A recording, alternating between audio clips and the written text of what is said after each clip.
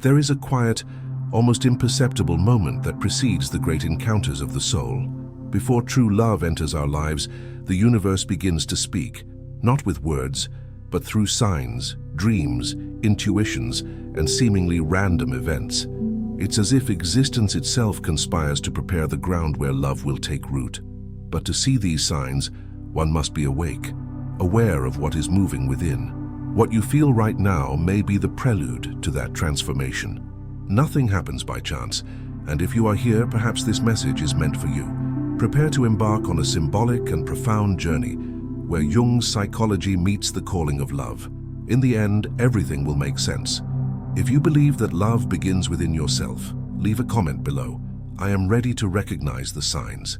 In Carl Jung's view, love is not merely an emotion, but a psychic force that acts as both mirror and catalyst for inner transformation. When the universe seems to send us messages before love arrives, Jung would say we are witnessing a symbolic movement of the psyche. The unconscious begins to rise, preparing the ego for the integration of hidden content. One of Jung's central concepts that helps us understand this process is projection. At first, we project onto others what we have not yet recognized in ourselves, both our light and our shadow. Before love truly arrives, the universe may confront us with these aspects through repetitive patterns, symbolic encounters, and intense dreams, inviting us to become aware. Another key concept is the shadow, which represents everything we reject or repress within.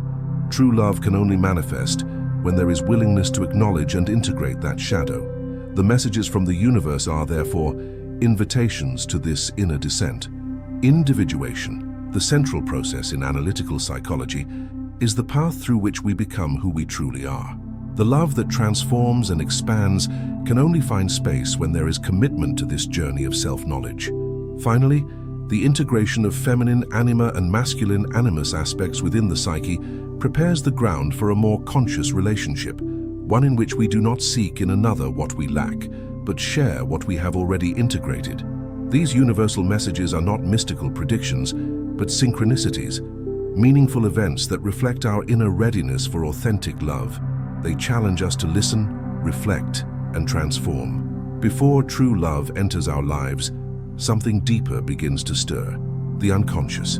For Carl Jung, the unconscious is not merely a repository of forgotten memories, but a living, symbolic, intelligent system constantly striving for wholeness.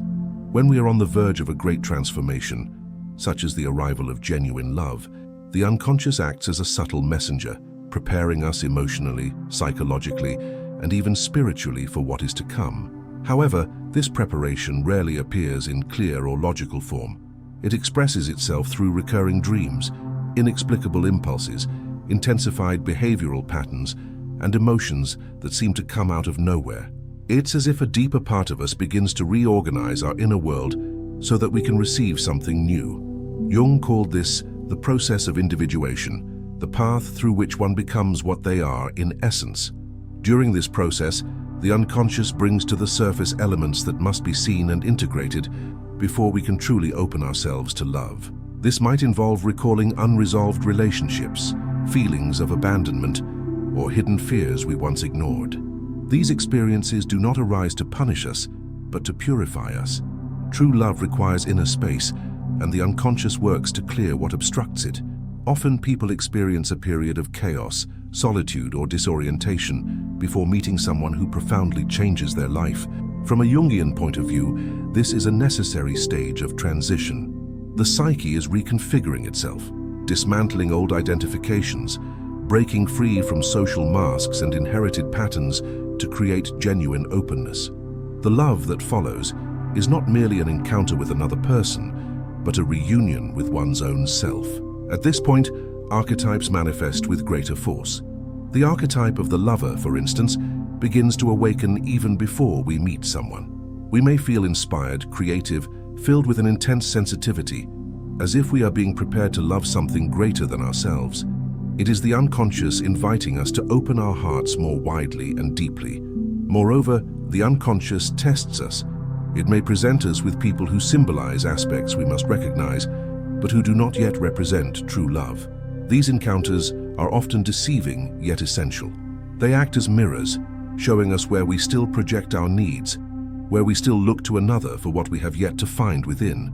It is symbolic training, a kind of psychic rehearsal for what is to come. Another relevant aspect is the emergence of inner images.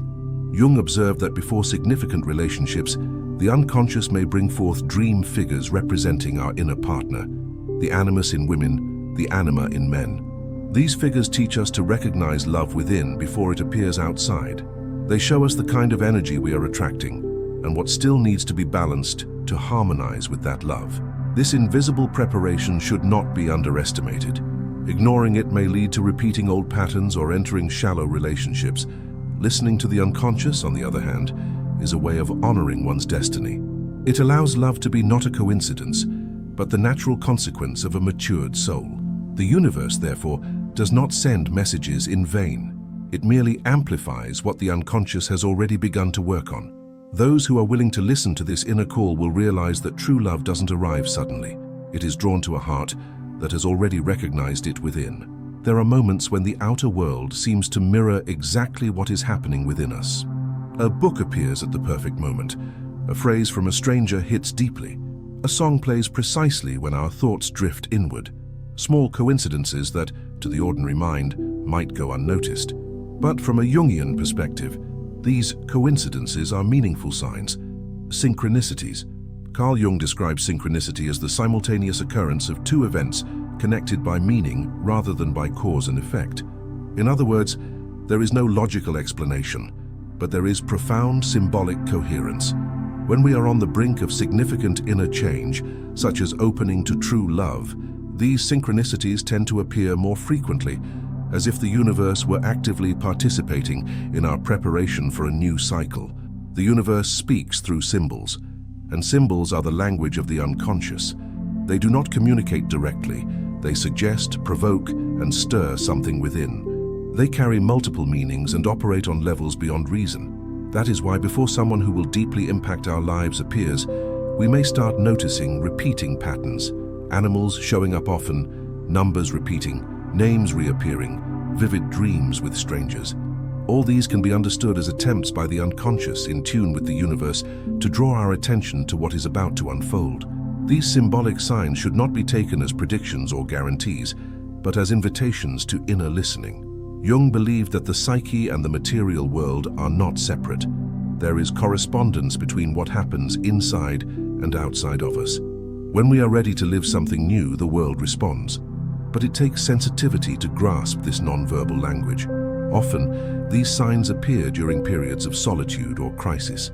This happens because, in such times, the ego's barriers are weaker, and the unconscious can communicate more clearly. We might encounter symbols representing the union of opposites, mythological figures, images of marriage or reconciliation, meetings with people who awaken something dormant. All of these serve one purpose: to align our attention with the transformation that approaches. A crucial point is that these signs do not speak only of another person, they speak of ourselves.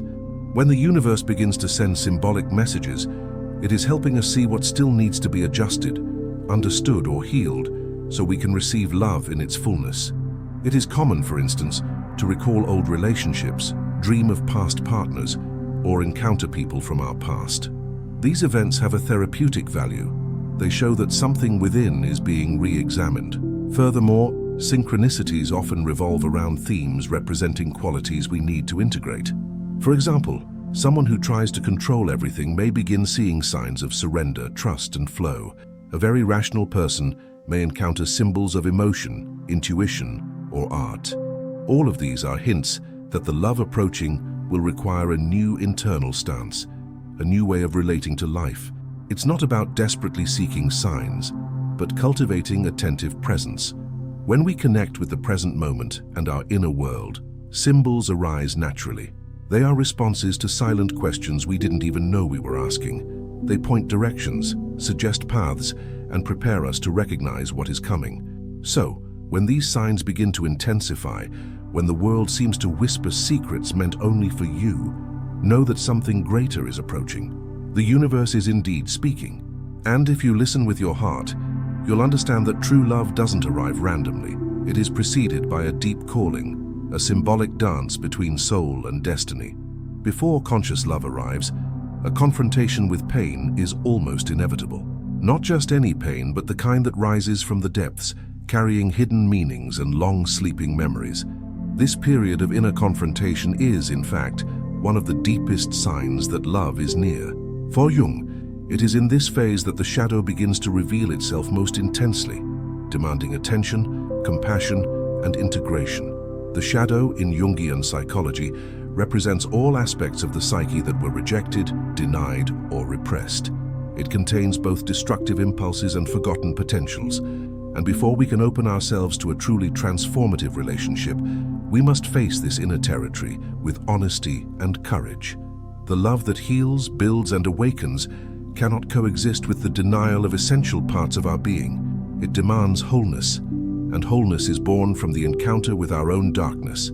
This process may manifest through emotional crises, sudden endings, feelings of inadequacy, or even deep loneliness. The tendency is to resist, to seek distractions, to blame the outside world. But if we look through Jung's symbolic lens, we realize this pain has a psychic purpose: to break the ego's defenses, create space for the soul, and allow repressed aspects of the psyche to surface. It is in this context that many discover that true love is not found outside but within, after reconciliation with what we've long avoided. Curiously, the encounters that precede conscious love are often those that hurt us the most. Toxic relationships, betrayals, deep rejections. These experiences activate the shadow and force us to see repetitive patterns, distorted beliefs, and misunderstood needs. They are not punishments, but mirrors. Through pain, the psyche reveals where we still lack self-love, where we still seek in others what we must find in ourselves. It's common, for example, for those with abandonment wounds to attract emotionally unavailable partners, or for someone with control issues to enter unstable relationships. These encounters are not coincidences, they are mechanisms of self-revelation. Though they bring suffering, they also hold the potential for consciousness. The real challenge is not to identify with the pain, but to move through it. Jung said, "One does not become enlightened by imagining figures of light, but by making the darkness conscious." This means that the path to love inevitably passes through acceptance of the shadow, not to be consumed by it, but to integrate it as an essential part of the journey. Only when we embrace our vulnerability, fears, and imperfections can we truly embrace another without projections, unrealistic expectations, or need disguised as affection. This integration of the shadow brings a new kind of freedom. One stops seeking salvation in another and begins to see a partner as a companion, not a healer, but a mirror. The love that arises after this process is less idealized and more grounded. It doesn't avoid conflict, but faces it with maturity. It doesn't demand perfection, but thrives on truth. Thus, the pain that precedes love is not an obstacle, but a rite of passage. It marks the end of a childish form of loving, the one that depends, demands, and despairs, and the beginning of a more conscious relationship where there is space for mutual growth. The shadow doesn't disappear. It transforms into wisdom, compassion, and depth. The universe, by allowing this pain to surface, is not punishing us. It is preparing us. It is shaping our psyche so that the love to come finds fertile, strong, and truthful ground. And when that love arrives, we will recognize in it not only another person, but all the parts of ourselves we have finally learned to love. There is a silent quest that dwells in every human heart, to find, outside ourselves, the one who completes what we feel is missing within. Yet from Carl Jung's perspective, this search can only be fulfilled when it first happens inwardly. Before loving another consciously, we are called to integrate the feminine and masculine aspects that live within our psyche, what Jung called anima and animus. The anima, in a man's psyche, represents the inner feminine principle, sensitive, intuitive, receptive. The animus in a woman symbolizes the inner masculine, logical, assertive, action-oriented. These archetypes are unconscious, shaped by culture, personal history, and collective patterns. When not integrated, they tend to be projected onto others, creating idealizations that distort real relationships. Before real love arrives, the universe often calls us to look within at these inner aspects. It's an invitation to notice where we are unbalanced, whether we repress our sensitivity out of fear of vulnerability, or suppress our strength out of fear of judgment. The integration of feminine and masculine is thus a reconciliation of opposites. It's not about gender, but about energy, and this reconciliation is essential for relationships free from dependence, need, and illusion. When someone is deeply disconnected from their anima or animus, they tend to be drawn to partners who express these qualities in exaggerated or unhealthy ways. For example, a man disconnected from his anima may be fascinated by intensely emotional women, but struggle to handle emotional depth. A woman at odds with her animus may seek dominant partners, projecting onto them the strength she doesn't yet recognize in herself. These relationships almost always collapse, not for lack of love, but from excess of projection. The individuation process, as Jung described, requires that each person acknowledge and integrate their unconscious aspects. When a man develops his anima, he becomes more empathetic, intuitive, emotionally attuned. When a woman integrates her animus, she becomes more confident, clear, and able to act with purpose. This internal integration creates balance, maturity, and emotional autonomy, solid foundations for love that liberates rather than binds. At this point, conscious love becomes possible. When two people meet after such integration, their bond is less about need and more about choice. They no longer seek a missing half, but share a wholeness they have earned. Such love is not based on idealization, but on presence. The other is not seen as savior or threat, but as mirror and companion. The symbolism of the sacred marriage, present in many ancient traditions, represents this very moment, the union of masculine and feminine within the human being, which precedes union with another. When the universe sends signs before love arrives, it is often pointing toward this preparation. Through experiences, dreams, meetings, and challenges, it shows us where our inner balance must be restored. Sometimes the message comes through loss, which forces us to rediscover inner strength. Other times, through encounters that awaken forgotten sensitivity. The beauty of this process is that it does not demand perfection, only awareness. Integrating the inner masculine and feminine does not mean erasing traits, but allowing both to coexist in harmony. It means recognizing that vulnerability is not weakness, that initiative is not arrogance, that feeling deeply and acting clearly are complementary and necessary movements. The love that emerges after this integration is not only emotional, it is spiritual, reflecting the union of inner polarities into a greater whole. In this love, there is room for growth, transformation, and truth. There are no longer games of power, no attempts to control, no fear of abandonment. There is surrender, listening, and reciprocity. The universe sends its messages because it knows when we are approaching this point. Each sign is a whisper from the soul saying, "You're almost there." When we respond to that call with a willingness to dive within, love ceases to be a search and becomes an encounter, not only with another, but with what has always been asleep inside us. When true love is about to arrive, it does not come quietly. It sends signs. These signs are inner movements, symbolic manifestations, and synchronicities revealing that something within us has already begun to change. Jungian psychology teaches us that before meeting another, we must first meet ourselves, and that path passes through the stirring of the unconscious, the revelation of the shadow, the purification through pain, and the union of inner polarities. Each stage of this process is a calling of the soul toward emotional and spiritual maturity. The love that follows this passage is not idealized, but real, because it is born from the recognition of who we are in depth, and the universe, wise in its mysteries, does not guide us by chance. It prepares, tests, and strengthens us. If you feel you are hearing this call, do not ignore it. Conscious love begins with the commitment to look within. Subscribe to the channel for more reflections like this, and continue your journey by watching the video now on screen. Your transformation is the key to transforming your relationships as well.